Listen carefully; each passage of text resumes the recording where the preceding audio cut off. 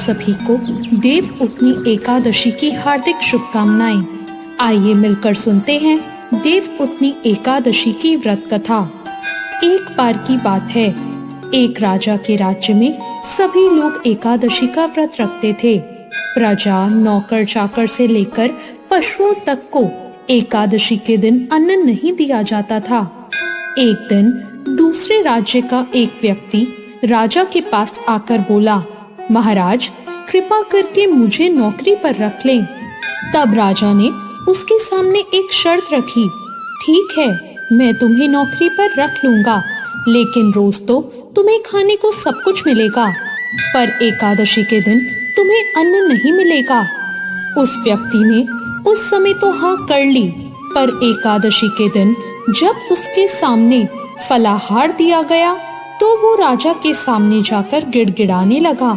वो बोला, महाराज इससे मेरा पेट नहीं भरेगा, मैं तो भूखा ही मर जाऊंगा, मुझे अन्न ही दे दो। राजा ने उसे शर्त याद दिलाई, पर वो अन्न छोड़ने को राजी नहीं हुआ। तब राजा ने उसे आटा, दाल, सब्जी आदि दे दिया। अब वो रोज की तरह नदी पर पहुंचा और स्नान करके भोजन पकाने लगा। जब भोजन बन गया तो वो भगवान को बुलाने लगा और बोला, आओ भगवान भोजन तैयार है। उसके बुलाने पर पीतांबर धारण किए हुए भगवान चतुर्भुज रूप में आ पहुंचे और प्रेम पूर्वक उसके साथ भोजन करने लगे। भोजन आदि करके भगवान अंतर्ध्यान हो गए और वो भी अपने काम पर चला गया। 15 दिन बाद जब अगली एकादशी आई तो वो राजा से कहने लगा, महाराज मुझे दुगना सामान दीजिए, मैं तो भूखा ही रह गया। राजा ने पूछा तो उसने बताया कि उसके साथ भगवान खाना खाते हैं, इसलिए ये सामान हम दोनों के लिए पूरा नहीं होता। ये सुनकर राजा को बहुत आश्चर्य हुआ।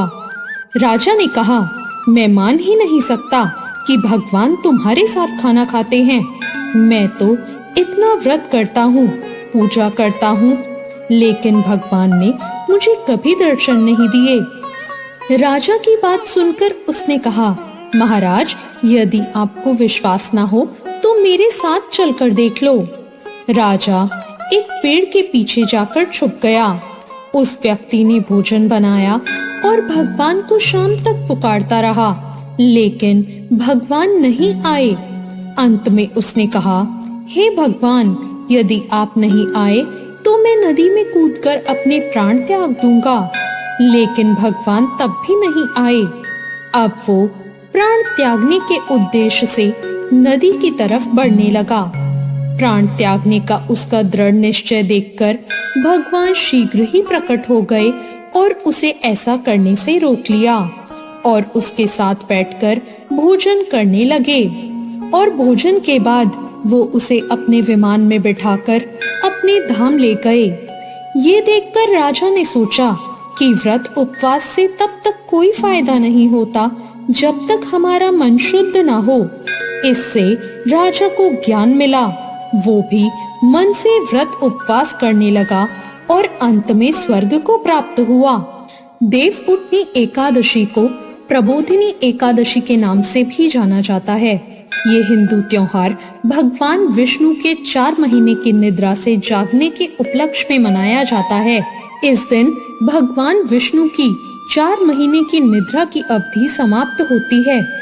देव उठनी एकादशी पर भक्त को पूर्ण या आंशिक रूप से उपवास करना चाहिए।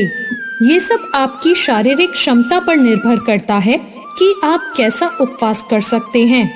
एकादशी का व्रत मन को नियंत्रित करने और भगवान कृष्ण से सीधा संबंध बनाने का एक तरीका माना जाता है। इस दिन श्री हरे कृष्णाय महामंत्र या भगवान विष्णु से संबंधित और प्रार्थनाओं जैसे विष्णु सहस्त्र नाम का बहुत अधिक जाप करने से आध्यात्मिक पुण्य की प्राप्ति होती है। देव उठनी एकादशी पर किए गए दान पुण्य बहुत ही अच्छे फल देते हैं। इस दिन लोगों को भोजन, वस्त्र या धन का दान जरूर करना चाहिए। तो ये थी देव उठनी एकादशी की व्रत कथा। आपको आज की ये कथा कैसी लगी कमेंट करके जरूर बताएं।